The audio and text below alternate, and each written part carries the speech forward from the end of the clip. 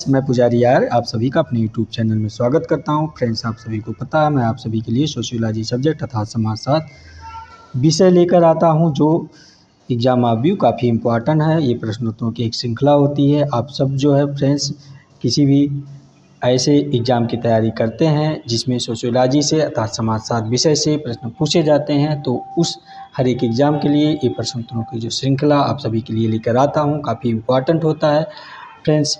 और ये फ्रेंड्स आज मैं जो लेके आया हूँ आप सभी के लिए पाश्चात्य समाजशास्त्रियों पर आधारित प्रश्नोत्तरों की श्रृंखला है, क्योंकि इसके पहले मैं 50 क्वेश्चन का एक पार्ट और फिर दूसरा पार्ट 2 50 क्वेश्चन का पाश्चात्य समाजशास्त्रियों पे, ये पार्ट 3 जो है 50 क्वेश्चन पर यानी 150 क्वेश्चनों की एक श्रृंखला थी जो लेकर आप सभी के लिए आया हूँ। आज ये पार्ट 3 है पाश्चात्य समाजशास्त्रियों पर, जो आप सभी के बीच लेकर आया हूँ।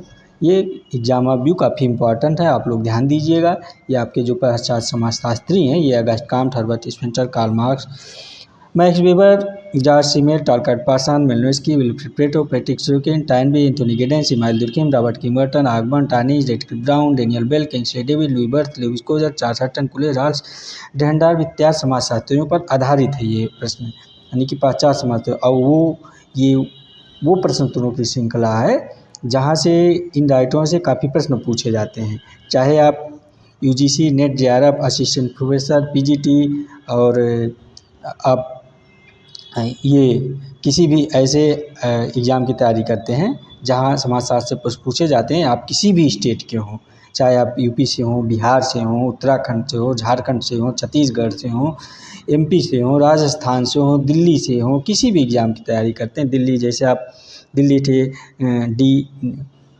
DSSB देते हों, वहाँ भी जो पीजीटी वहाँ से भी पूछा जाता है। यहाँ तक कि जो आप जीआईसी, जीडीसी यानी किसी भी कॉलेज की जो आप एग्ज़ाम देते हैं, ये चाहे गवर्नमेंट कॉलेज वाले हों पीजीटी के, चाहे आपके मैनेजमेंट कॉलेज हों, ऐसा नहीं है। ये सभी प्रश्नोत्तरों का मिक्स एक जो है मिक्सअप है, जो एग्ज़ाम आप भी काफ़ी इम्पॉर्टेंट है, जो एग्ज़ाम में पूछे जाने वाले प्रश्नोत्तरों की श्रृंखला है और एग्ज़ाम में आने की संभावना यही प्रश्नों की उम्मीद रहती है।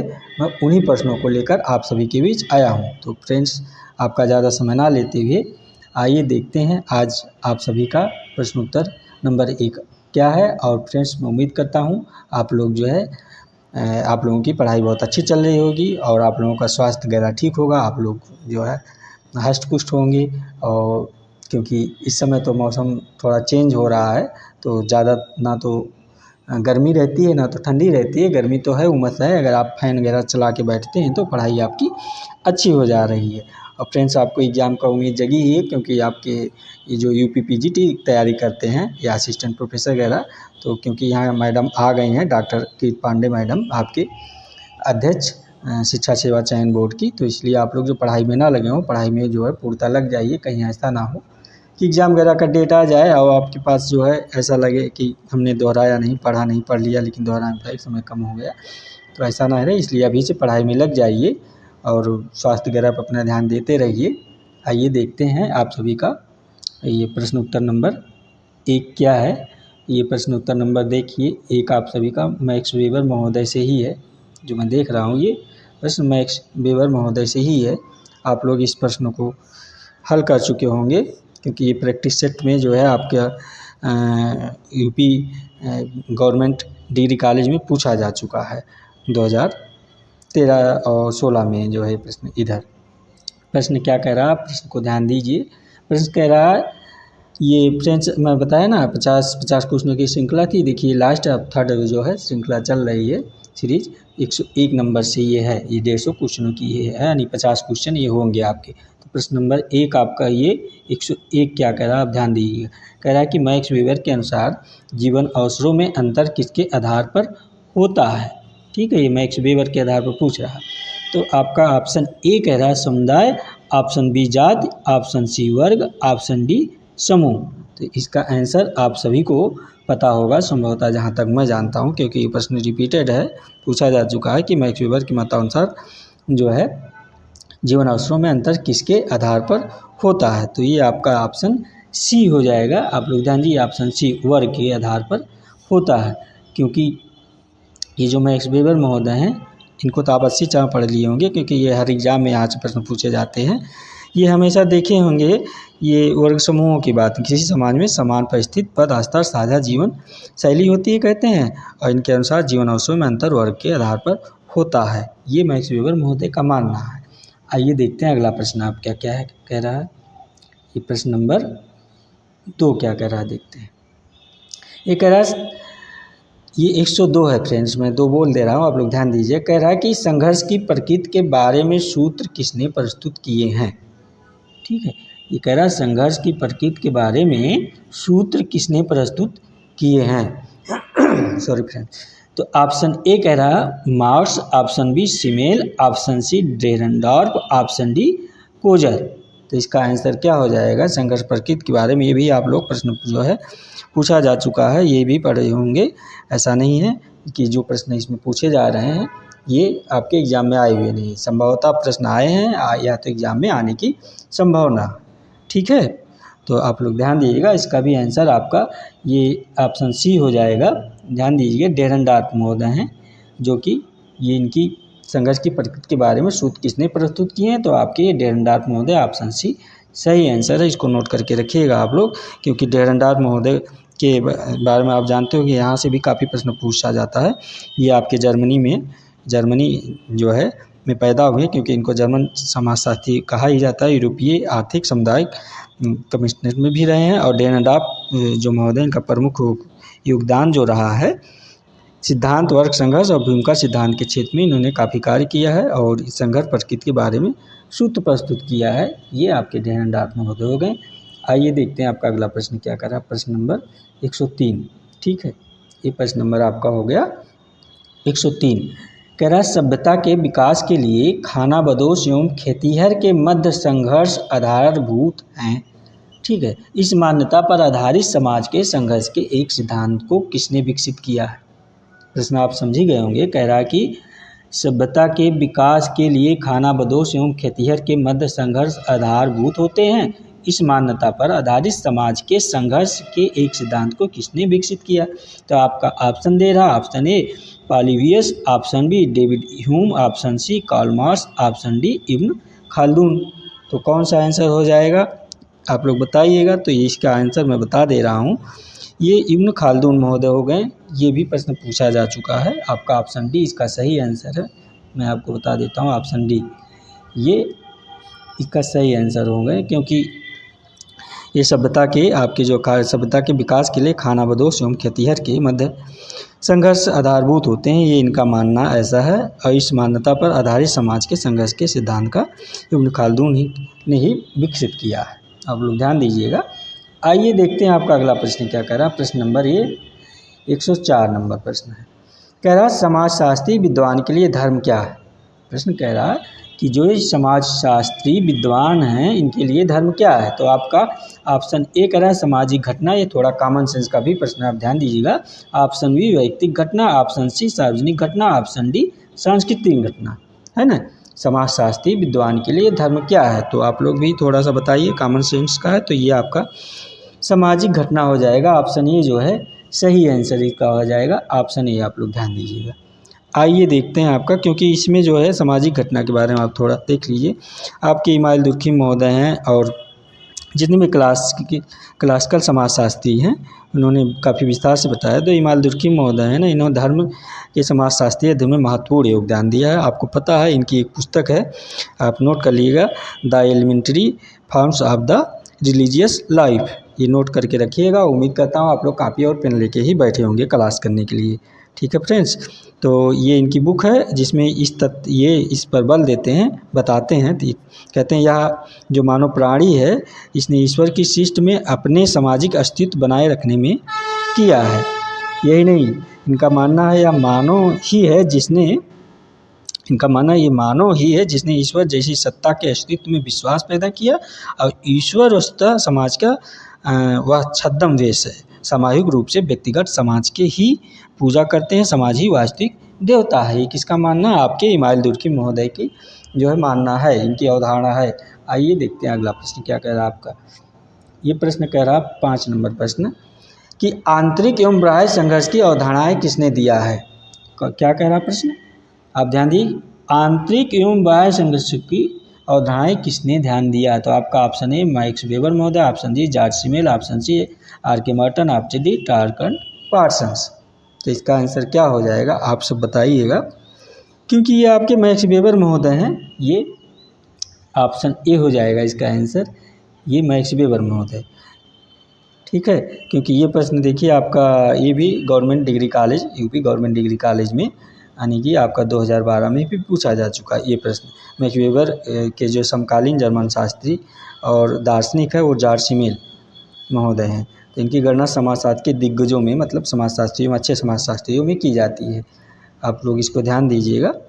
ठीक है, तो ये आंसर आपका ये इसका की जाती है जो मैक्स वेबर और जॉर्ज सिमेल न केवल अंतःक्रियाओं और मध्यम जोर दिया है, अपितु इन्होंने संघर्ष के अध्ययन पर भी जोर दिया है। ये इसका आंसर जो है सामाजिक अध्ययन पर इस प्रकार उल्लेख किया, आंतरिक बाह्य संघर्ष की अवधारणा, ये आपका किसका हो जाएगा? ये मैक्स वेबर का ना होके आप लोग ध्यान दीजिएगा, ये किसका हो जाएगा? फिर जॉर्ज सिमेल महोदय। इसका आंसर ऑप्शन बी है। आप सुधार कर लीजिएगा, देखिए छोटी छोटी गलती मत कीजिएगा इस तरह एग्जाम में जैसे हमने कर दिया अभी। तो ये मैक्स वेबर महोदय ना होकर आंतरिक एवं बाह्य संघर्ष की अवधारणा ये आपका जॉर्ज सिमेल महोदय का है। ठीक है, आइए देखते हैं आपका अगला प्रश्न क्या है। प्रश्न नंबर 6 ये कह रहा है कि परिवर्तन को सभी समयों में सामाजिक व्यवस्था की एक आवश्यक दशा के रूप में कौन मानता है? प्रश्न क्या कह रहा कि परिवर्तन को सभी समयों में सामाजिक व्यवस्था की एक आवश्यक दशा के रूप में कौन मानते हैं? तो ऑप्शन ए कह रहा प्रकारवादी, ऑप्शन बी कह रहा संघर्ष सिद्धांतकार, ऑप्शन सी कह रहा अंतर क्रियावादी, ऑप्शन डी कह रहा संरचनावादी।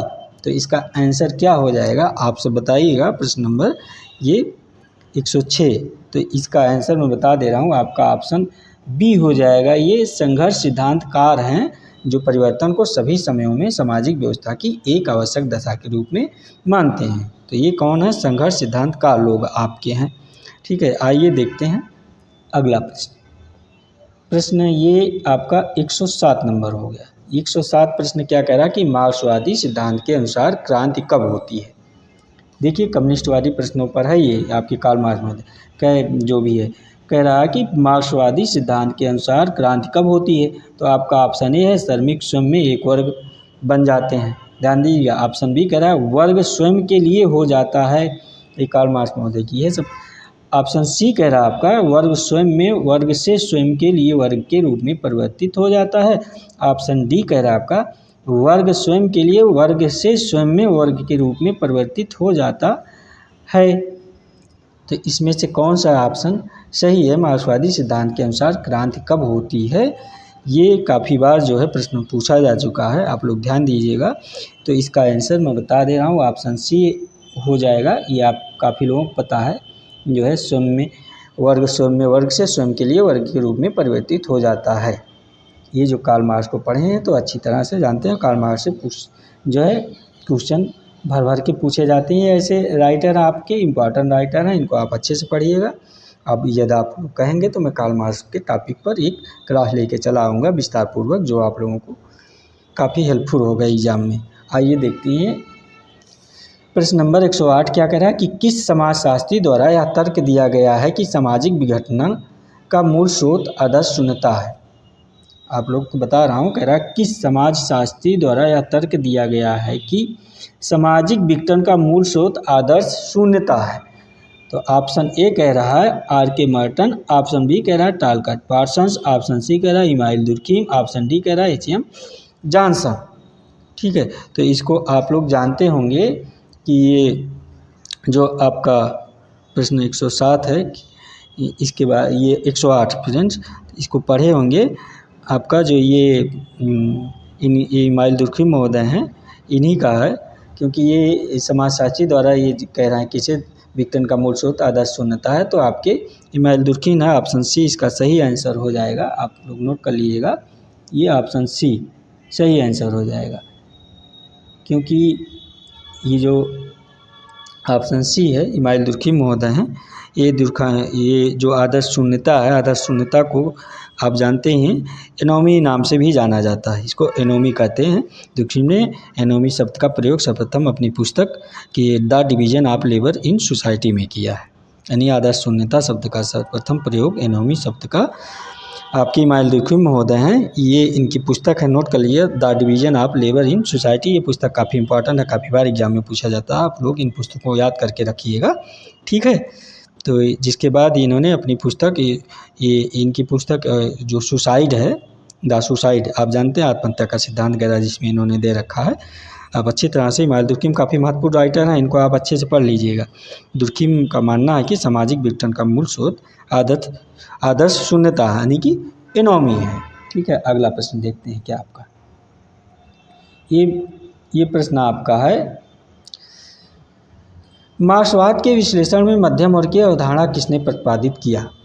प्रश्न कह रहा है कि मार्क्सवाद के विश्लेषण में मध्यम वर्ग की अवधारणा किसने प्रतिपादित किया है। तो आपका ऑप्शन ए येसओवस्की दे रहा है, option B Raymond Aron, option C GDH Cole, option D Ralf Dahrendorf महोदय हैं। तो इसमें कौन सा आंसर सही हो जाएगा आप लोग बताइएगा।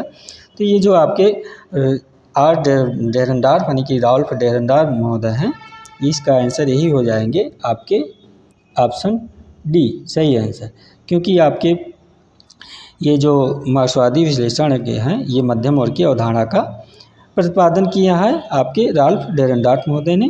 और इनका जो प्रमुख योगदान रहा ये सिद्धांत यानी कि वर्ग संघर्ष की तथा भूमिका के सिद्धांत के क्षेत्र में माने जाते हैं, ये आपके रॉल्फ डेहरनडॉर्फ महोदय। आइए देखते हैं अगला प्रश्न क्या है। प्रश्न नंबर आपका हो गया ये 110, कह रहा है निम्नलिखित में से किस विद्वान ने समाज को एक प्राकृतिक विज्ञान माना है। निम्नलिखित में से किस विद्वान ने समाज को एक प्राकृतिक विज्ञान माना है।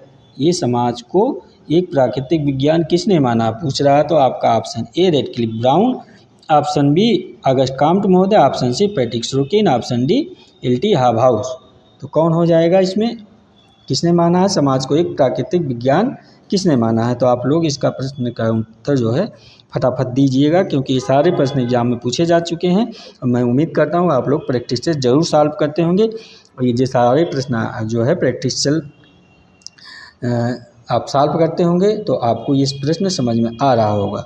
अगर प्रैक्टिस से नहीं सॉल्व करते होंगे, पढ़ाई नहीं करते होंगे तो ये जो है कहा जाएगा आपका दुर्भाग्य है, रिजल्ट फिर मिलना मुश्किल होता है। जो लोग पढ़ाई नहीं कर रहे हैं, जो पढ़ाई कर रहे हैं भाई उनको तो आज नहीं तो कल रिजल्ट मिलना ही है। इसलिए आप लोग भी अच्छे से पढ़ाई करते रहिए। तो आपके इसके ऑप्शन बी हो जाएगा, मैं बता दे रहा हूँ, ये अगस्ट काम्ट महोदय आपके ऑप्शन बी इसका आंसर आप सभी को पता ही होगा। अगस्ट काम्ट महोदय काफ़ी इंपॉर्टेंट राइटर हैं, मैं बार बार कहता हूँ इन सब राइटरों को आप लोग पढ़ डालिएगा, बहुत अच्छे से पढ़ डालिएगा। ये देखते हैं अगला प्रश्न क्या कह रहा है आपका।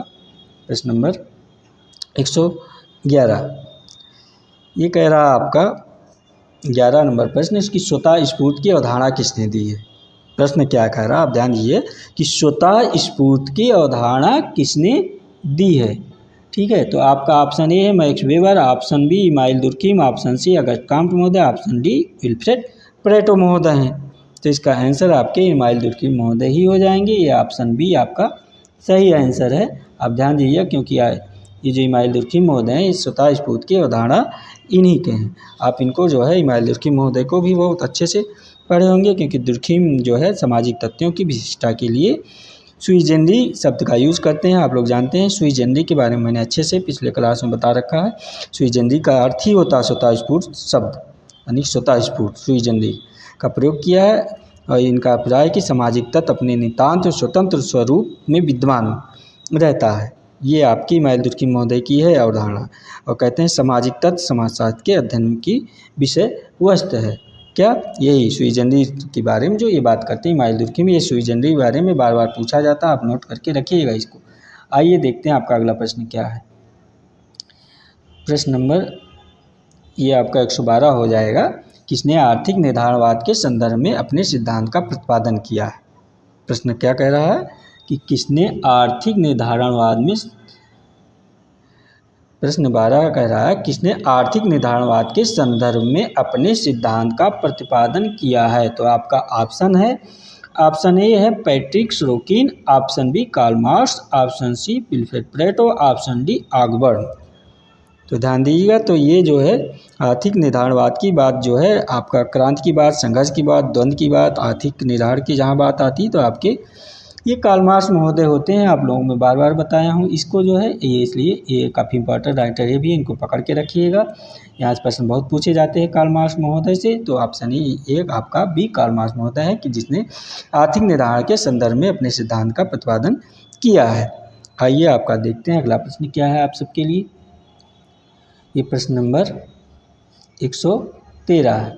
कह रहा किस विद्वान का नाम संघर्ष से जुड़ा है, किस विद्वान का नाम संघर्ष से जुड़ा है। मैंने आंसर बता दिया, आप लोगों को पता हो ही गया होगा।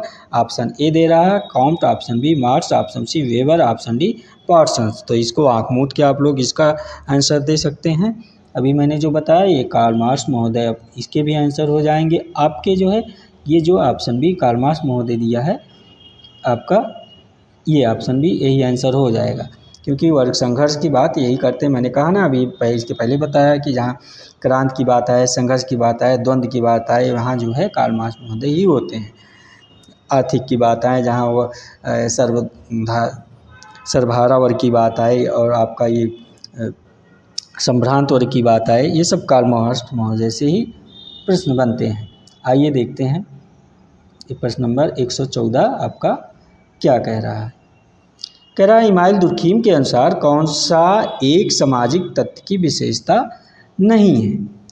ये जो आपके इमाइल दुर्खीम है, प्रश्न यहीं से बना है कि इमाइल दुर्खीम के अनुसार कौन सा एक सामाजिक तत्व की विशेषता नहीं है। ये नहीं है, ध्यान दीजिएगा, ये नहीं कह रहा है। तो आपका ऑप्शन ए सामाजिक तत्व की प्रकृति अमूर्त होती है कह रहा है, ऑप्शन बी कह रहा है सामाजिक तत्व व्यक्ति से विराय होते हैं, ऑप्शन बी सी कह रहा है कि सामाजिक तथ्य में बाध्यता की विशेषता होती है, ऑप्शन डी कह रहा है कि सामाजिक तथ्य व्यापकीय तथा संबंध दोनों प्रकार के होते हैं। तो इसका आंसर क्या हो जाएगा आप लोग बताइएगा कि इमाइल दुर्खीम के अनुसार कौन सा सामाजिक तथ्य की विशेषता नहीं है। यानी कि इसमें तीन जो हैं वो आपके इमाइल दुर्खीम के सामाजिक तथ्य की विशेषता है, कोई एक है जो विशेषता नहीं है। तो इसका आंसर आप लोग सॉरी फ्रेंड, आप लोग बताइएगा। तो इसका आंसर मैं बता दे रहा हूँ, आपका ऑप्शन ए हो जाएगा, ये ऑप्शन ए।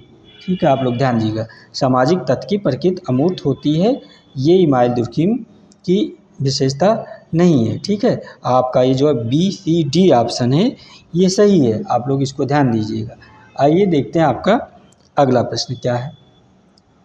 ये प्रश्न नंबर 15 क्या कह रहा है आपका। ये कह रहा है कि कार्ल मार्क्स के 7 कम्युनिस्ट मैनिफेस्टो के सह लेखक कौन है।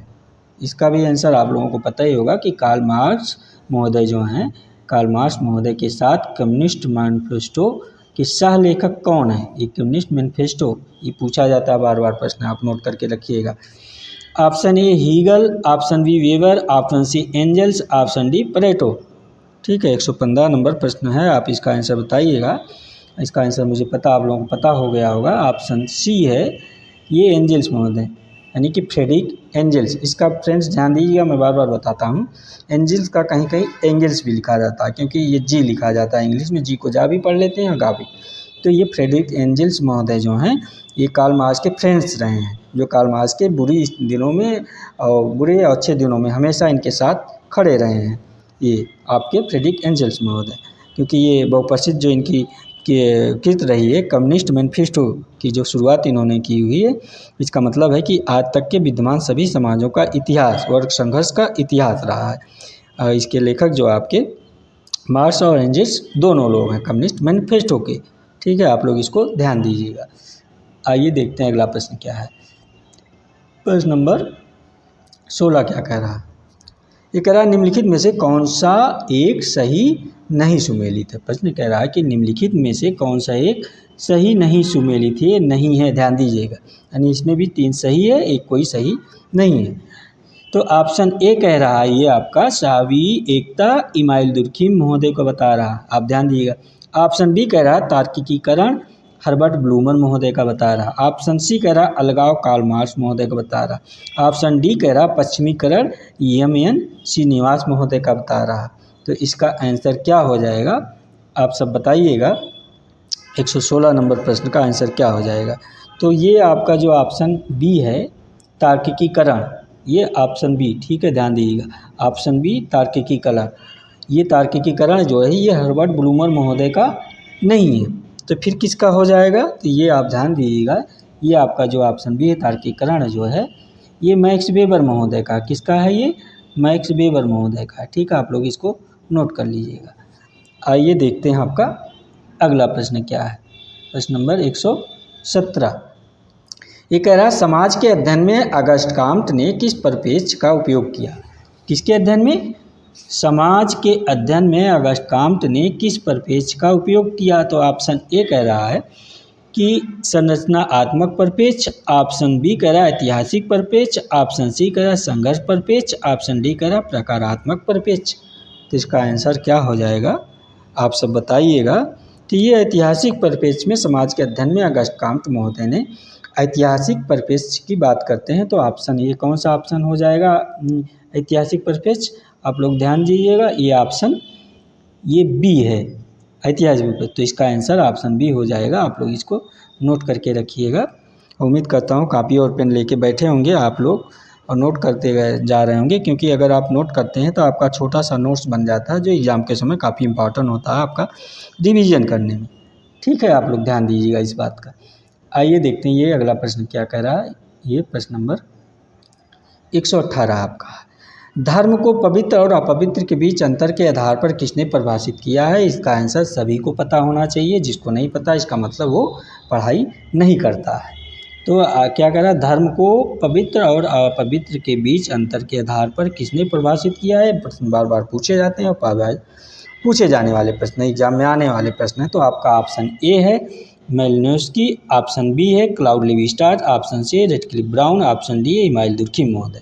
तो इसका आंसर क्या हो जाएगा? मैंने बताया कि इसका आंसर आप सभी को पता होना चाहिए, अगर नहीं पता है तो इसका मतलब आप पढ़ाई नहीं करते, कि ये ऐसे प्रश्न बार बार पूछे जा सकते हैं। देखिए ये प्रश्न आपका राजस्थान असिस्टेंट प्रोफेसर में 2018 में पूछा है, उत्तर प्रदेश के गवर्नमेंट इंटर कॉलेज में 17 में पूछा है, उत्तर प्रदेश के गवर्नमेंट इंटर कॉलेज में 15 में भी पूछा है, यूजीसी नेट जेआरएफ में 13 में पूछा है और 17 में भी पूछा है, ये 14 में पूछा है, ठीक है। ये काफ़ी इंपॉर्टेंट प्रश्न है, ऐसे प्रश्नों को आप लोग नोट करके रखा कीजिए। जिसका आंसर आप सभी को पता हो गया होगा, इमाइल दुर्खिम महोदय हैं, ऑप्शन डी इसका आंसर है, क्योंकि ये ही धर्म को पवित्र और अपवित्र के बीच अंतर के आधार पर किसने परिभाषित किया है? तो आपके इमाइल दुर्खिम महोदय हैं जो है। इसको बहुत विस्तार से बताने की ज़रूरत नहीं है, आप लोग इसको पढ़ चुके हैं, क्योंकि इमाइल दुर्खिम महोदय जो है ऑस्ट्रेलिया के अरुणा जनजाति का अध्ययन किया है, आपको पता ही है। और वहीं पे इन्होंने सांसारिक वस्तुओं को 2 भागों में बांट के रखा था, एक जो है पवित्र, एक अपवित्र, ठीक है, यानी कि सीक्रेट और प्रोफाइन में बांट रखा था। और इन्होंने बता रखा है इमाइल दुर्खिम ने कि टोटमवाद, आपको पता है टोटमवाद वगैरह क्या होता है, जिसमें टोटम नदी, वृक्ष, जानवर आदि की पूजा करते हैं और जो अपना प्रतीक चिन्ह मानते हैं उसी को टोटमवाद कहते हैं। टोटमवाद के बारे में मैंने पिछली क्लास में काफ़ी विस्तार से बता रखा है, आप लोग ध्यान दीजिएगा। आगे जो पिछली क्लास देखेंगे आप लोगों को खुद ही इसकी जानकारी हो गई होगी, क्योंकि मैं प्रश्न ही ऐसा आप लोगों को व्याख्यात्मक रूप से करा देता हूँ, क्योंकि आप लोग अगर कम पढ़े होंगे बुकों को तो भी आपको ये प्रश्न ऐसा कराता हूँ कि आप भूलेंगे ही नहीं। एक बार अगर अच्छे से क्लास कर लेंगे, 1-2 बार क्लास देख लेंगे, और यदि आपके पास टाइम का अभाव हो, मैं क्या कह रहा हूँ, यदि आपके पास टाइम का अभाव हो तो आप लोग जो है इस क्लास को जैसे लगा के रख दिए। मान लीजिए खाना बना रहे हैं, कोई काम कर रहे हैं, आपके पास समय है, आप महिला हैं, घरेलू हैं, खाना बना रहे हैं, सब्जी काट रहे हैं या बर्तन धुल रहे हैं, कुछ भी कर रही हैं, या पुरुष हैं कोई ऐसा काम कर रहे हैं जिसमें आपको टाइम नहीं मिलता, क्लास लगा दीजिए और आप लगा के रख दीजिए, क्लास को सुनते रहिए, देखिए नहीं, क्योंकि मैं देखिए आपका जो प्रश्न उत्तर कराता हूँ, प्रश्न एकदम क्लियरिटी पढ़ता हूँ, ऑप्शन आपको मैं ABCD करके एकदम क्लियर के बताता हूँ और क्लियर करके पूछता हूँ, ताकि आपको अगर देखने को ना मिले क्लास तो आप सुन लीजिए, तो भी इससे इस क्लास से आपको काफ़ी जो है लाभ मिलेगा एग्ज़ाम में। तो आइए देखते हैं आपका प्रश्न क्या कह रहा है। अगला प्रश्न ये कह रहा है, निम्न में से किसने बाजार और संपत्ति की स्थिति के रूप में सामाजिक वर्गों का विश्लेषण किया है? क्या कह रहा है कि निम्न में से किसने बाजार और संपत्ति की स्थिति के रूप में सामाजिक वर्गों का विश्लेषण किया है? तो आपका option A Max Weber, option B Parsons, option C Emile Durkheim, option D William Goode. तो इसका आंसर क्या हो जाएगा आप लोग बताइएगा।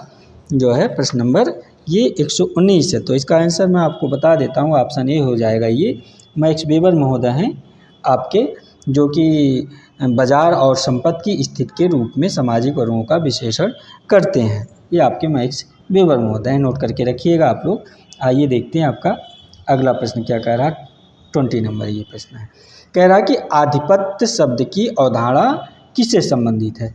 क्या कह रहा कि आधिपत्य शब्द की अवधारणा किससे संबंधित है। तो आपका ऑप्शन ए कह रहा है स्पेंगलर है, ये स्पेंगलर है। ऑप्शन बी है हर्बर्ट ब्लूमर है। ऑप्शन सी कार्ल मार्क्स है।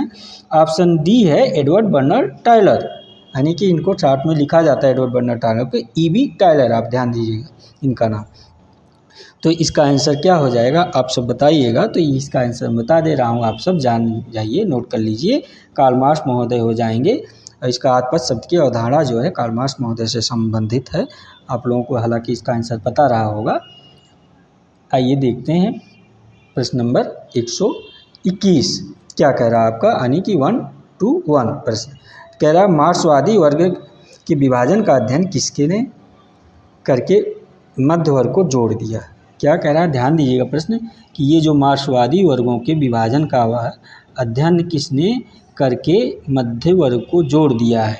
मार्क्सवादी वर्गों के विभाजन किसने किया, उसमें जो है मध्यम वर्ग को जोड़ दिया है। यही प्रश्न है, कहने का से पूछ रहा है। तो आपका ऑप्शन ए हीगल है, ऑप्शन बी वेबर है, ऑप्शन सी राल्फ डेरेनडार्फ है, ऑप्शन डी कॉलिंस है। तो इसका आंसर क्या हो जाएगा आप लोग बताइएगा। तो डेरेनडार्फ महोदय जो आपकी ये हैं राल्फ डेरेनडार्फ महोदय, इसके आंसर हो जाएंगे, आप नोट करके रखिएगा ऑप्शन सी, क्योंकि मार्क्सवादी वर्ग के विभाजन का अध्ययन आपके मध्यम वर्ग को जो जोड़ा है ये आपके राल्फ डेरेनडार्फ महोदय हैं। आप इसको ध्यान दीजिएगा। आइए अगला प्रश्न देखते हैं आपका, क्योंकि प्रश्न थोड़ा तेज चलते हैं आपसे, नहीं प्रश्न टाइम काफ़ी हो जाता है तो प्रश्न छूटने के डर रहता है, क्योंकि मेरा सिस्टम आपका जान रहे हैं कि 1-1.5 घंटे से ज़्यादा क्लास एक्सेप्ट नहीं करता, क्योंकि मेरे पास बहुत अच्छे सिस्टम नहीं है। ये तो आप लोगों का प्यार और सहयोग जो मिलता है, इसलिए मैं क्लास लेकर आ जाता हूँ। और आप लोग ध्यान दीजिए, क्लास शुरू करने से पहले, ये क्लास तो चल ही रहा है, आप लोग जो क्लास को लाइक नहीं किए हैं तो क्लास को लाइक कर दीजिएगा, क्योंकि आपके एक लाइक से मुझे बहुत बल और ताकत मिलता है, आपका प्यार झलकता है। और क्लास को शेयर कर दीजिए ताकि आप जैसे और मित्रों को इस क्लास का लाभ मिल जाए, बेनिफिट हो जाए। और आप लोग क्लास देखने के बाद कमेंट करके अपनी प्रतिक्रिया ज़रूर दिया कीजिए कि आप लोगों को क्लास कैसी लगी, अगली किस टॉपिक पे क्लास चाहिए। तो ये प्रश्न आपका देखिए क्या कह रहा है कि हर्बर्ट स्पेंसर ने किसका अनुसरण किया है। बस कह रहा है कि हर्बर्ट स्पेंसर महोदय ने किसका अनुसरण किया है। आपका ऑप्शन ए प्रकारात्मक पद्धति, ऑप्शन बी संरचनात्मक पद्धति, ऑप्शन सी संघर्षात्मक पद्धति, ऑप्शन डी उद्विकासीय पद्धति। तो हर्बर्ट स्पेंसर ने किसका अनुसरण किया, आप लोग फटाफट इसका आंसर कमेंट बॉक्स में छाप दीजिए और दीजिए कि इसका क्या आंसर है, आप लोग बताइएगा। तो मैं बता दे रहा हूँ, मुख्य रूप से उद्विकासीय पद्धति का जो आपके हर्बर्ट स्पेंसर महोदय हैं, इसके आंसर यही है, ऑप्शन डी सही होगा, क्योंकि उद्विकासवादी हर्बर्ट महोदय उद्विकासीय सिद्धांत की बात करते हैं। आप लोग इसको हर्बर्ट स्पेंसर महोदय को अच्छे से पढ़ रखे होंगे, ये मुझे पता है। आइए देखते हैं आपका अगला प्रश्न क्या है।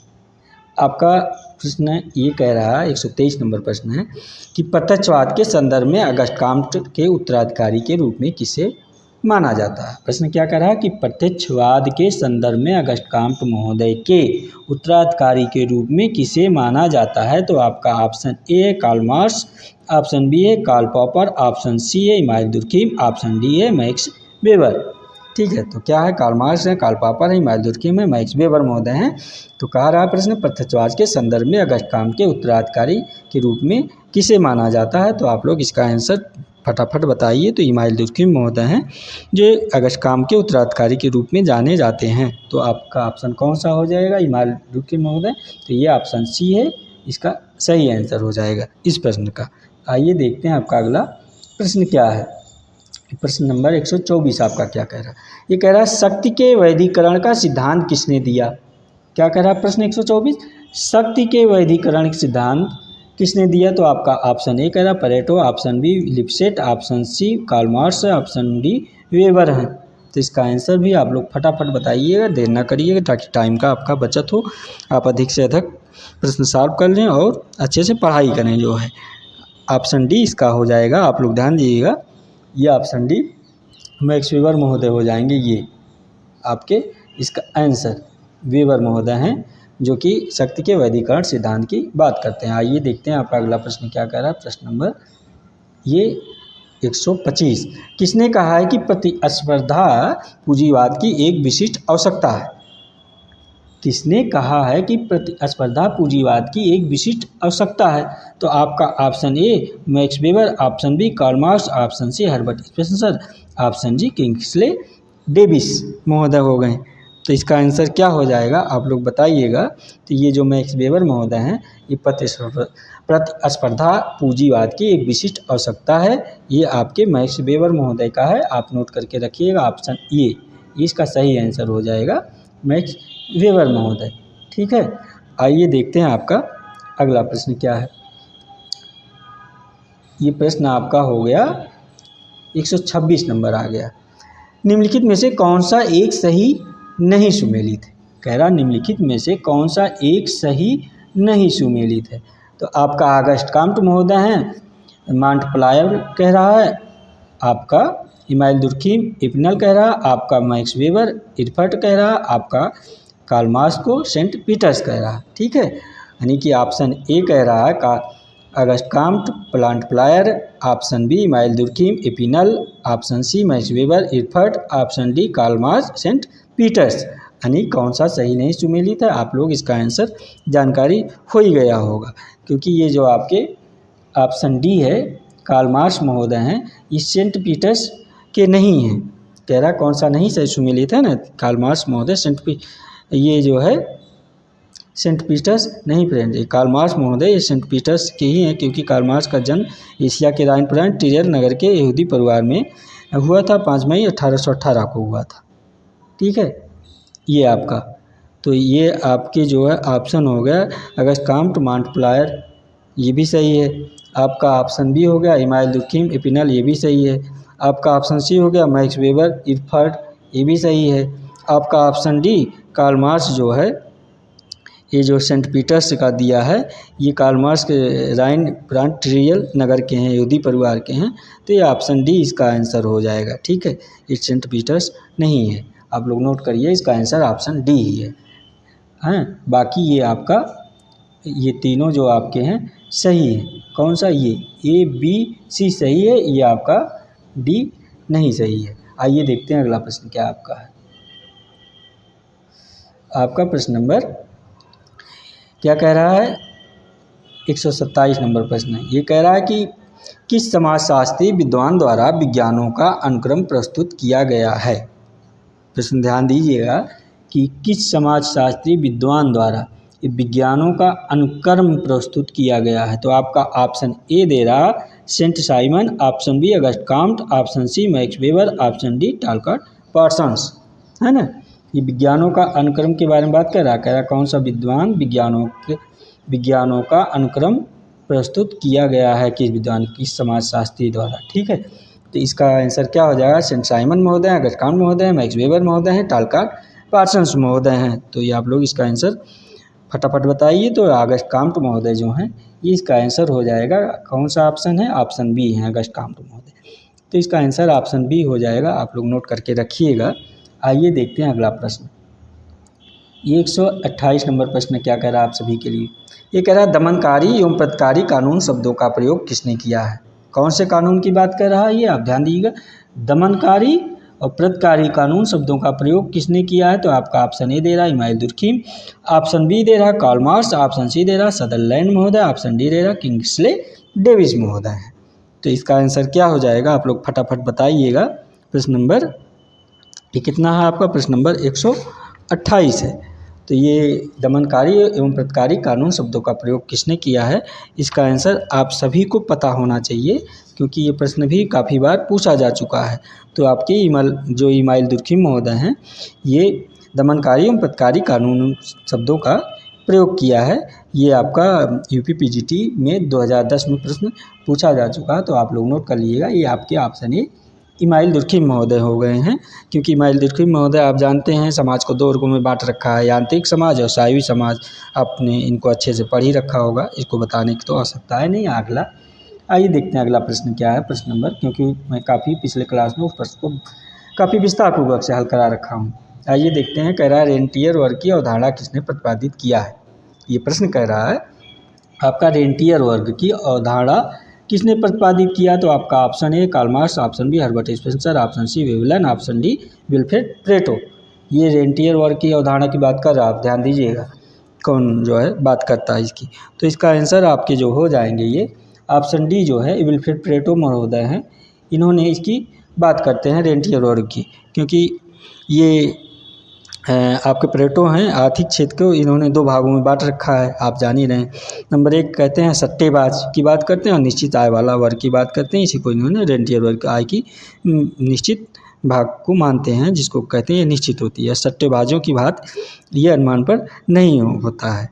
ये आपके सट्टेबाजों और रेंटियर वर्ग की बात जो है ये आपके विल्फ्रेड प्लेटो महोदय करते हैं, क्योंकि ये कहते हैं सट्टेबाजों में सम्मेलन की विशिष्ट चालक की प्रधानता होती है और निश्चित आय वाले वर्ग में समूह अस्तित्व के विशिष्ट चालक की प्रमुखता पाई जाती है। आप लोग इसको नोट करके रखिएगा। ये देखते हैं अगला प्रश्न क्या है। प्रश्न नंबर ये 130 है। किस विद्वान का पहला अकादमिक समाजशास्त्री माना जाता है।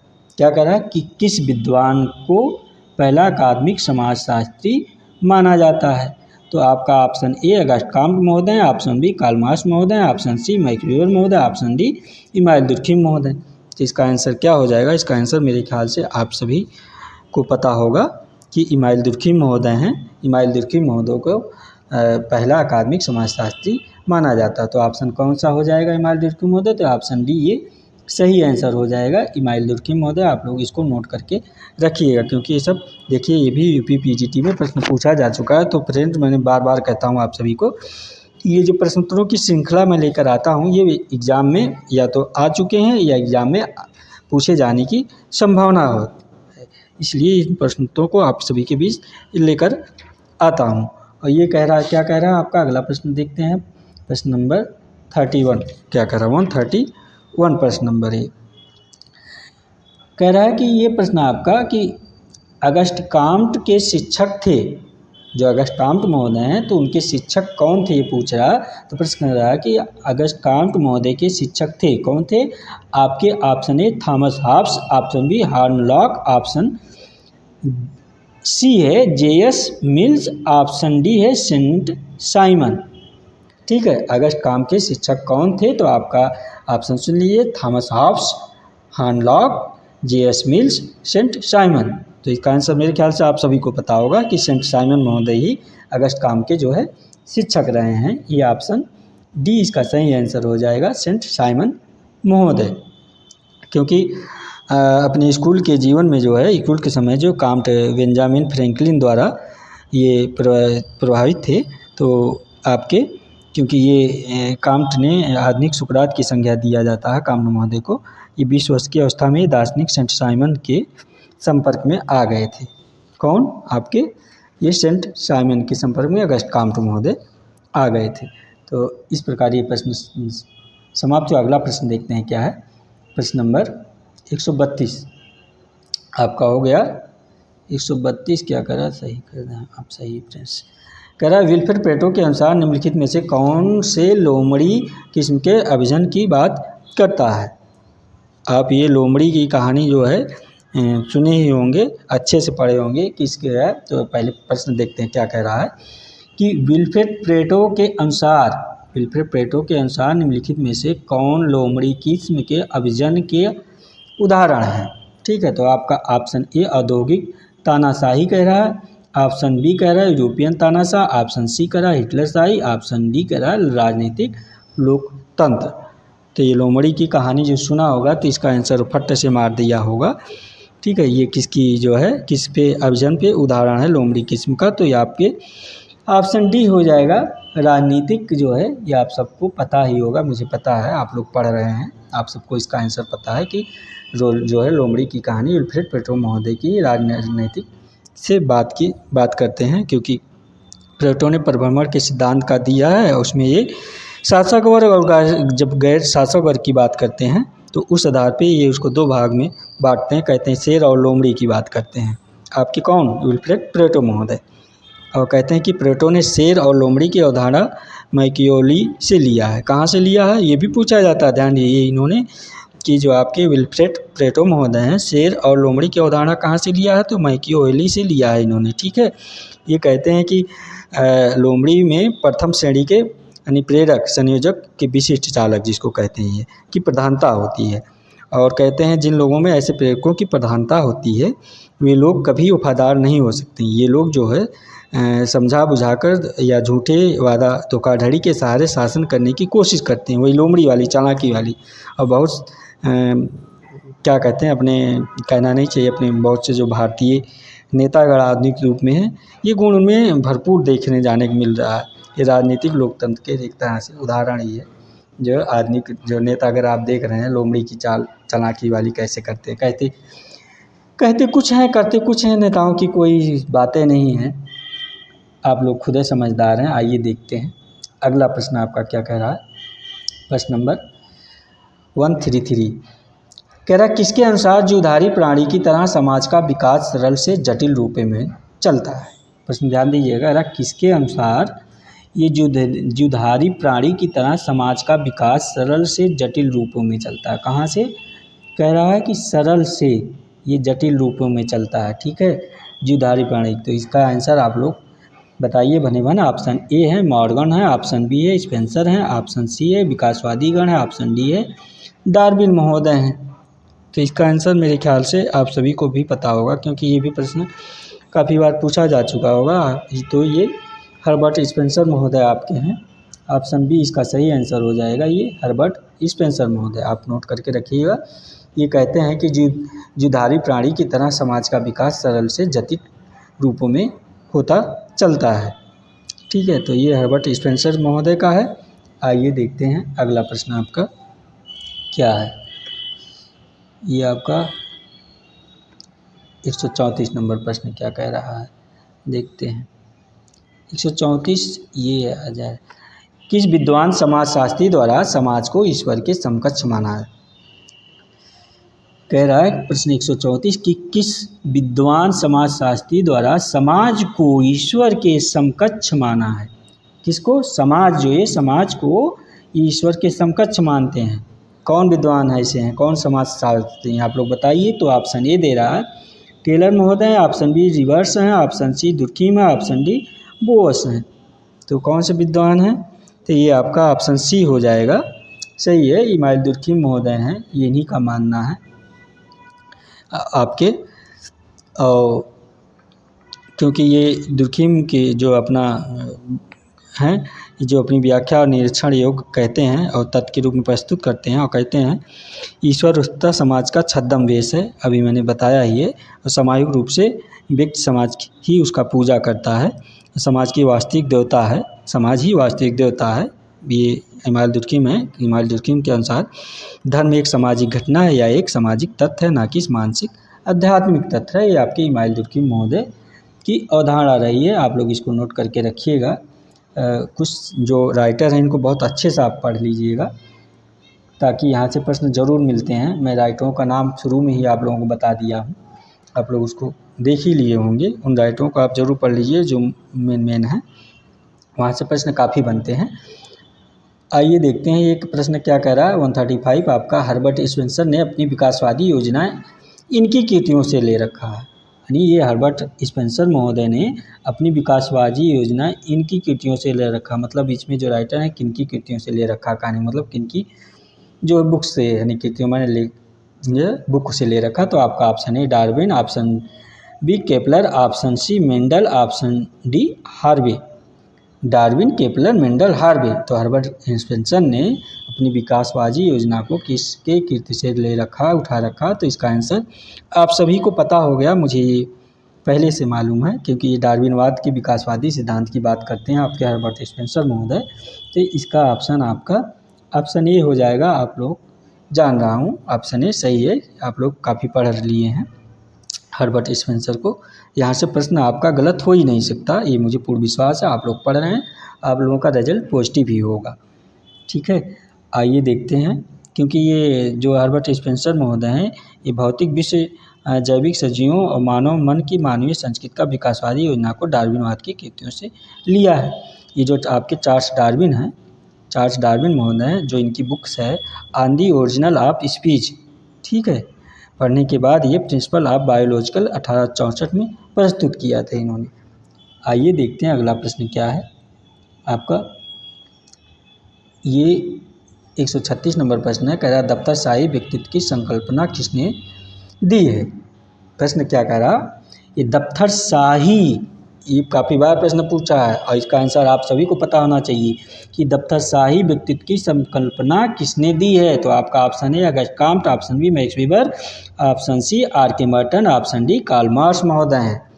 तो आप लोग इसका आंसर फटाफट बताइएगा कि दफ्तरशाही व्यक्तित्व की संकल्पना किसने दी है। कौन सा प्रश्न है ये, 136 नंबर प्रश्न है, ठीक है। तो इसका आंसर आप लोग क्या है बताइएगा। तो इसका आपका मैक्स वेबर महोदय ही हो जाएंगे, क्योंकि नौकरशाही दफ्तरशाही की बात यही करते हैं मैक्स वेबर महोदय। तो ये सब प्रश्न आपका कभी भी एग्जाम में गलत नहीं होना चाहिए। अगर ऐसे सरल प्रश्न अगर गलत हो गए तो आपको एग्जाम से बाहर हो जाएंगे, पॉजिटिव रिजल्ट पाना मुश्किल हो जाएगा। इसलिए आप पढ़ाई जरूर करिए, ध्यान से करिए, क्योंकि ये सब इजी प्रश्न है, ऐसे प्रश्न तो गलती नहीं होना चाहिए। ये क्या है, क्योंकि मैक्स वेबर ने क्या कहा है, कानूनी सत्ता के रूप में और संगठन सत्ता के रूप में इन्होंने बांट रखा है नौकरशाही को। वेबर ने नौकरशाही को दो रूपों में बांट रखा है, आप पढ़े हैं, कानूनी सत्ता के रूप में, संगठन सत्ता के रूप में। इस प्रकार आइए देखते हैं आपका अगला प्रश्न क्या है। ये प्रश्न आपका है 137 नंबर, क्या कह रहा है, समाज विज्ञान का दूसरा पितामह किसे कहा जाता है। ध्यान दीजिएगा आप लोग, समाज विज्ञान का दूसरा पितामह किसे कहा जाता है। आपका option A August Comte, option B Herbert Spencer, option C Max Weber, option D Emmanuel Durkheim. ठीक है, समाज विज्ञान का दूसरा पिता किसे कहा जाता है, इसका आंसर आप सभी को पता होना चाहिए। ऑप्शन आप देख ही लिए, अगस्ट काम्ट है, हर्बर्ट स्पेंसर है, मैक्स वेबर है, दुर्खीम है। आप लोग इसका आंसर जो है फटाफट बताइएगा, इसका आंसर जरूर पता होना चाहिए। हर्बर्ट स्पेंसर महोदय है इसका आंसर। आपका ऑप्शन ये जो ऑप्शन बी हो जाएगा, इसका आंसर हो जाएगा। हर्बर्ट स्पेंसर महोदय को समाज विज्ञान का दूसरा पितामह कहा जाता है, क्योंकि ये आप ये इन्होंने जो हर्बर्ट स्पेंसर हैं समाज विज्ञान का दूसरा पितामह कहा है, क्योंकि ये सर्वश्रेष्ठ उत्तरजीवित यानी कि इसको क्या कहते हैं, सर्वियल ऑफ द, नोट कर लीजिएगा, फिटेस्ट की अवधारणा के लिए जाने जाते हैं आपके। आइए देखते हैं आपका अगला प्रश्न क्या है। प्रश्न 138 नंबर क्या कह रहा है ये आपका, ये कह रहा किस समाजशास्त्री विद्वान ने समाज विज्ञान शब्द का नाम दिया। कह रहा किस समाजशास्त्री विद्वान ने समाज विज्ञान शब्द का नाम दिया। तो आपका option A Herbert Spencer, option B Saint Simon, option C Auguste Comte, option D Max Weber महोदय हैं। तो इसमें से आंसर क्या हो जाएगा आप सब बताइएगा। ये जो आपके दिल्ली यानी DSSB में PGT में 2014 में पूछा जा चुका है कि समाज विज्ञान शब्द किसने दिया है। तो समाज विज्ञान शब्द आप सभी को पता होगा अगस्त महोदय ने ही दे रखा है। तो अगस्त महोदय ऑप्शन कौन सा है, ये ऑप्शन सी इसका आंसर हो जाएगा। ये ऑप्शन सी आप लोग नोट करके रखिएगा, ठीक है। आइए देखते हैं अगला प्रश्न क्या है आपका।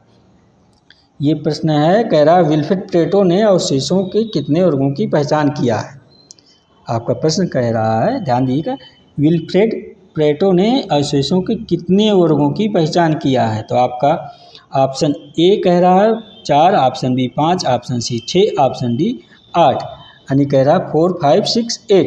विल्फ्रेड प्लेटो ने अवशेष के कितने वर्गों की पहचान किया है। तो इसका आंसर आप लोग जो है फटाफट दीजिएगा कि इसका आंसर क्या हो जाएगा, 4 है कि 5 है कि 6 है कि 8 है ना।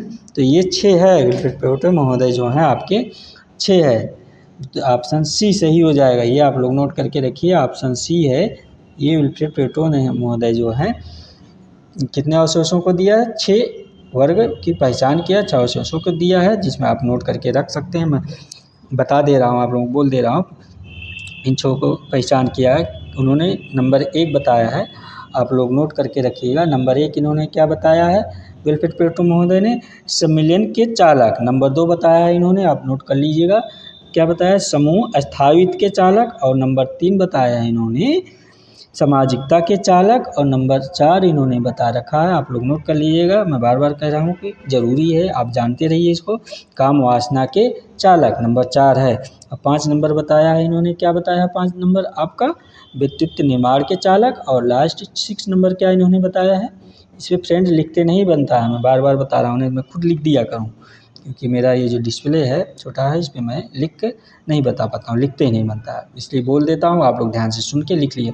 6 नंबर इन्होंने बताया है, वाह क्रियाओं द्वारा भावनाओं अभिव्यक्ति के चालक, क्या, वाह क्रियाओं द्वारा भावना अभिव्यक्ति के चालक, इन्होंने ये 6 नंबर बताया है।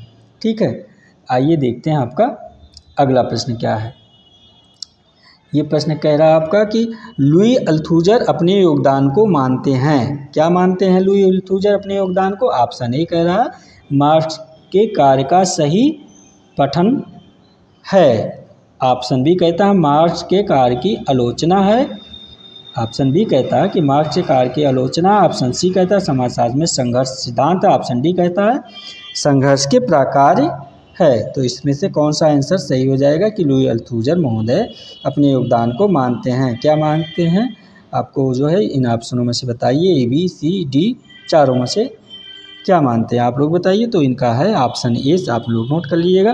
ये राजस्थान, देखिए ये राजस्थान जो है आपके पीजीटी, राजस्थान पीजीटी में पूछा जा चुका है 2014 में ये प्रश्न, जो लुई अल्थुजर अपने योगदान को क्या मानते हैं। तो ऑप्शन ए है, आप लोग नोट कर लीजिएगा इसका, ये कार्ल मार्क्स के कार्य का सही पठन मानते हैं, इसका आंसर ये हो जाएगा। ठीक है, आइए देखते हैं अगला प्रश्न क्या है आपका। प्रश्न नंबर, जेफ्री अलेक्जेंडर के अनुसार प्रथम वास्तविक सामाजिक संश्लेषण वास्तव में किसने विकसित किया। कह रहा है कि जो आपके जेफ्री अलेक्जेंडर महोदय जो हैं, जेफ्री अलेक्जेंडर के अनुसार प्रथम वास्तविक सामाजिक संश्लेषण वास्तव में किसने विकसित किया पूछा है। तो आपका ऑप्शन ए कह रहा है, ध्यान दीजिए क्या कह रहा है, ऑप्शन ए कार्ल मार्क्स महोदय, option B Max Weber, option C Emanuel Durkheim, option D Talcott Parsons, है ना। कह रहा जेफ्री अलेक्जेंडर के अनुसार प्रथम वास्तविक सामाजिक संश्लेषण वास्तव में किसने विकसित किया है।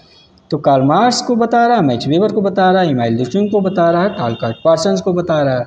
तो आप सब बताइए इसका क्या हो जाएगा। तो इसमें मैक्स वेबर महोदय जो आपके कौन सा ऑप्शन है, ये ऑप्शन बी है, मैक्स वेबर महोदय आपका आंसर हो जाएगा इसका, आप लोग नोट करके रखिएगा इसको। ठीक है, आइए देखते हैं अगला प्रश्न आप क्या क्या कह रहा है। ये प्रश्न आपका 43 है। ये कह रहा है कि निम्नलिखित में से राल्फ डेरेनडॉर्फ की रचना कौन सी है। ये जो राल्फ डेरेनडॉर्फ महोदय की रचना कौन सी पूछा है। तो आपका ऑप्शन ए है the class struggle in France, option B कह रहा class and class conflict in industrial society, option D, ये ऑप्शन सी कह रहा कि the theory of the leisure class, option D कह रहा इकोनॉमी एंड सोसाइटी। तो इसमें से आंसर क्या हो जाएगा आप लोग बताइएगा।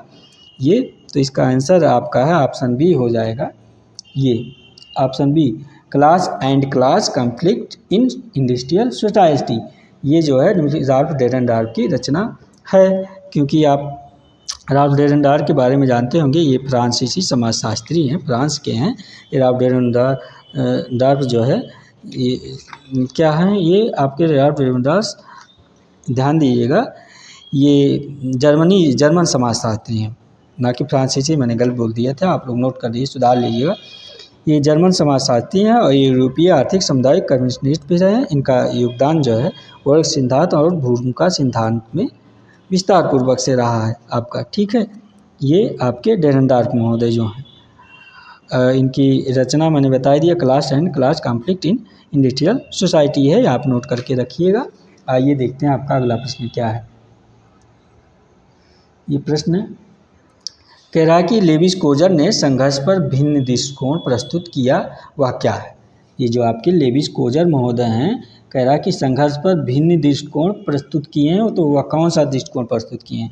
तो ऑप्शन ए कह रहा संरचनात्मक पहलू, ऑप्शन बी कह रहा सत्तात्मक पहलू, ऑप्शन सी कह रहा प्रकारात्मक पहलू, ऑप्शन डी कह रहा प्रतिमानात्मक पहलू। तो इसका क्या हो जाएगा। तो इन्होंने आपके लेविस कोजर महोदय जो हैं प्रकारात्मक पहलू की बात करते हैं। ये राजस्थान कि आपके राजस्थान में लेक्चर में आपका मानी कि पीजीटी में पूछा जा चुका है। तो इसका आंसर आपका ऑप्शन कौन सा हो जाए प्रकारात्मक पहलू? ऑप्शन सी ये आंसर है, आप नोट करके रखिएगा। ठीक है, आइए देखते हैं आपका अगला प्रश्न क्या हो जा रहा है। प्रश्न नंबर ये 145 ये कह रहा है कि निम्नलिखित में से यह किसका तर्क है कि सामाजिक संरचनाओं को पुनरावृत्तीय सूक्ष्म अंतःक्रिया के प्रतिरूपों में अनुभाविक रूप से परिणत किया जा सकता है। प्रश्न ध्यान दीजिए, कह रहा निम्नलिखित में से यह किसका तर्क है कि क्या प्रश्न कह रहा है? निम्नलिखित में से यह किसका तर्क है कि सामाजिक संरचनाओं को पुनरावृत्तीय सूक्ष्म अंतःक्रिया के प्रतिरूपों में अनुभाविक रूप से परिणत किया जा सकता है। तो आपका option A Louis Coser, option B Ralf Dahrendorf, option C Collins, option D है कोलमैन। तो इसका आंसर क्या हो जाएगा आप सब बताइएगा। तो जो ये आपका कॉलिंस है, और कॉलिंस यानी रॉबिन्स कॉलिंस इनका पूरा नाम होता है। आप ध्यान दीजिएगा, ऑप्शन सी ये सही आंसर हो जाएगा, रॉबिन्स कॉलिंस। ये सामाजिक संरचनाओं को पुनरावृत्तीय सूक्ष्म अंतःक्रिया के प्रतिरूपों में अनुभाविक रूप से परिणत किया जा सकता है। तो ये आपके रॉबिन्स कॉलिंस महोदय हैं। ये यूजीसी नेट जेआरएफ दिसंबर 2018 में प्रश्न पूछा जा चुका है। ठीक है, आप लोग ध्यान दीजिएगा इस प्रश्न को। आइए देखते हैं ये प्रश्न क्या कह रहा है आपका। ये कह रहा है कि निम्नलिखित में से कौन सा परेटो की तार्किक क्रिया पर लागू होगा। क्या प्रश्न कह रहा है कि निम्नलिखित में से कौन सा परेटो की तार्किक क्रिया पर लागू होगा, है ना। ये तार्किक क्रिया की बात कर रहा है परेटो की। तो आपका ऑप्शन ए है व्यक्तिनिष्ठ तार्किक क्रिया, ऑप्शन बी कह रहा है वस्तुनिष्ठ तार्किक क्रिया, ऑप्शन सी कह रहा है व्यक्तिनिष्ठ और वस्तुनिष्ठ तार्किक क्रिया, यानी कि दोनों की बात कर रहा है। ऑप्शन डी कह रहा है ऐसी क्रिया जो कहीं नहीं ले जाती। ठीक है, तो इसका आंसर क्या हो जाएगा आप लोग बताइएगा इसमें से। तो वस्तुनिष्ठ और तार्किक क्रिया इनका आंसर हो जाएगा। तो कौन सा आंसर है? ये ऑप्शन बी देखिए, सही उत्तर है वस्तुनिष्ठ तार्किक क्रिया। आपका ये परेटो की तार्किक क्रिया पर लागू होती है, हैं, क्योंकि ये परेटो जो है दो तार्किक क्रिया की बात करते हैं, आप जानते होंगे, एक तार्किक क्रिया एक अतार्किक क्रिया की बात करते हैं। आइए देखते हैं आपका अगला प्रश्न क्या है। ये प्रश्न कह रहा आपका एक धार्मिक पंथ में सत्ता प्रकार है। प्रश्न क्या कह रहा, एक धार्मिक पंथ में सत्ता का प्रकार है, क्या है, किस प्रकार का एक धार्मिक पंथ में सत्ता का प्रकार होता है। तो ऑप्शन ए कह रहा है परंपरागत, ऑप्शन बी कह रहा है नौकरशाही, ऑप्शन सी कह रहा है बुद्धि संगत, ऑप्शन डी कह रहा है विधिक। तो कौन सा होता है? इसका आंसर मेरे ख्याल से आप सभी को पता होगा कि धार्मिक पंथ में सत्ता का कौन सा प्रकार होता है ना। तो ये आप लोगों को इसका आंसर गलत नहीं होना चाहिए कि परंपरागत ही धार्मिक पक्ष में चलता है। आप देख रहे हैं धार्मिक जो क्रियाक्रम किया जाता है सब परंपराओं पे आधारित होता है। इस प्रकार इसका आंसर आपको कॉमन सेंस लगाएंगे तो ऐसे जान जाएंगे कि परंपरागत ही धार्मिक जो क्रियाकलाप होता है परंपराओं के अनुसार होता है। आप देखते नहीं हैं, अब हर त्यौहार होता है जो है, छठ है, तीज है, पता नहीं जो जितने भी त्यौहार होते हैं आपका, इसमें तो धार्मिक परंपरा के अनुसार ही तो करते हैं ये लोग, ना कि इसका कोई नियम कानून थोड़ी होता है। ये धार्मिक परंपरा अपने लोगों का विचार है, स्वच्छता से लोग मानते हैं जो है। तो इसको जो धार्मिक क्रियाकलाप होता है ये परंपरा के आधार पे होता है, ना कि जो है वैधानिक कानूनी नियमों के अनुसार। ठीक है, क्योंकि ये जो आपका थोड़ा सा देख लीजिए परंपरागत क्या है, बता दे रहा हूँ, इसको मैंने कभी बताया नहीं है संभवतः। ये जो भारतीय समाज अपना है ये ब्राह्मणों की जातीय पांचों जो है पंचों की सत्ता पे श्रेणी में रखा जाता है। ब्राह्मणों द्वारा जो कहा जाता है, मनु के द्वारा बनाया गया है ब्राह्मण क्षत्रिय वैश्य जो है। तो इसलिए धार्मिक पंथ सत्ता का इस प्रकार का परंपरागत है। और मैक्स वेबर जो महोदय हैं सत्ता की 3 बुनियादी प्रपुर को बताते हैं और इसमें भेद करते हैं।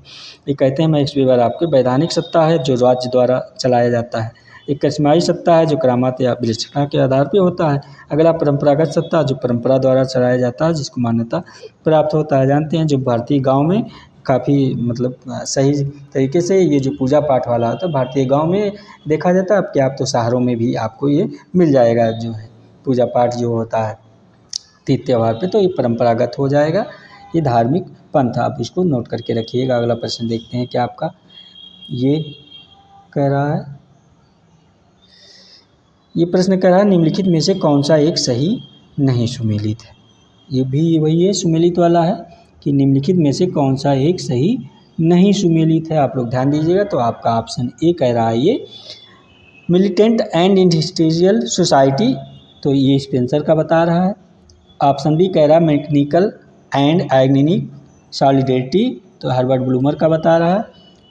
और सी कह रहा फोटो अर्बन कंटिन्यूम राल्फ डेरेंडल, ये राल्फ रेडफील्ड का बता रहा है। ऑप्शन डी कह रहा है गेमेनसॉफ्ट एंड जेसलसॉफ्ट फर्निट टाइनेज का, ये तो सबको पता है गेमेनसॉफ्ट जेसलसॉफ्ट फर्निट टाइनेज का, ये तो ऑप्शन डी सही सुमेलित है। कह रहा है कौन सा सही नहीं सुमेलित है ना। तो ये आपका ऑप्शन डी तो सही हो गया, ऐसे पता चल गया आपका। तो इसका आप लोग बताइएगा, मिलान करके बताइएगा। तो मेलिन एंड इंडस्ट्रियल सोसाइटी, ये हर्बर्ट स्पेंसर का जो है, ये भी आपका ऑप्शन ए भी सही है, आप ध्यान दीजिएगा, है ना। ये जो आपका मैकेनिकल एंड ऑर्गेनिक सॉलिडेरिटी है, ये इमाइल दुर्खीम का ये जो दे रहा है, ये ब्लूमर लिखा है, ये इमाइल दुर्खीम महोदय का है, ठीक है। ये हर्बर्ट ब्लूमर इन्होंने दे रखा है। ये कौन सा ऑप्शन, ऑप्शन बी, ये तो यानी कि इसका आंसर यही हर्बर्ट ब्लूमर महोदय ना होके यहाँ इमाइल दुर्खीम महोदय फोक अर्बन कॉन्फ्लिक्ट, ये रेडफील्ड महोदय का है। ये आप सभी को पता है ऑप्शन सी। तो इसका आंसर क्या हो जाएगा, ऑप्शन बी हो जाएगा। आप लोग ध्यान दीजिएगा, ऑप्शन बी ये इसका आंसर हो जाएगा। ये हर्बर्ट ब्लूमर नहीं है, हर्बर्ट ब्लूमर के द्वारा जगह आप नोट कर लीजिएगा, ये इमाइल दुर्खीम महोदय हैं, ठीक है। ये ऑप्शन बी सही है, मैं क्लियर कर दे रहा हूँ आपका, ये ऑप्शन बी आप घेरे के अंदर करें, अब आप समझ गए होंगे। तो इस प्रकार ये कितना प्रश्न 150 से प्रश्न था शायद, ये प्रश्नोत्तरों की 150 प्रश्नोत्तरों की जो श्रृंखला थी यही थी, ये समाप्त हुआ। उम्मीद करता हूँ ये प्रश्नोत्तरी की श्रृंखला आप सभी को जो है पसंद आई होगी, क्योंकि एग्ज़ाम के जो है पैटर्न पे था और एग्ज़ाम के पैटर्न के दृष्टि से इम्पॉर्टेंट भी है।